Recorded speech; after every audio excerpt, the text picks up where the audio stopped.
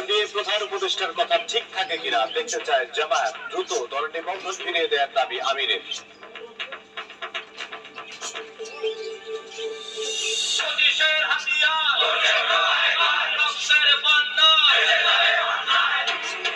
ছয় দফা আদায়ে দেশের সব পলিটেকনিক ইনস্টিটিউটে শাটডাউন, ক্লাস রুমে তালা, দাবি পূরণ না হওয়া পর্যন্ত কর্মসূচি চলবে, হুঁশিয়ারি শিক্ষার্থীদের।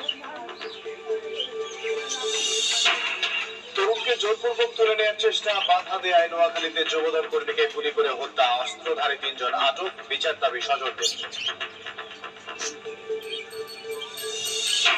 গ্যাস সিলিন্ডার লিকেজ থেকে রান্নাঘরে আগুন, নীলফামারীতে দগ্ধ হয়ে নারীর মৃত্যু, আশঙ্কাজনক অবস্থায় চিকিৎসাধীন ছোট বোন।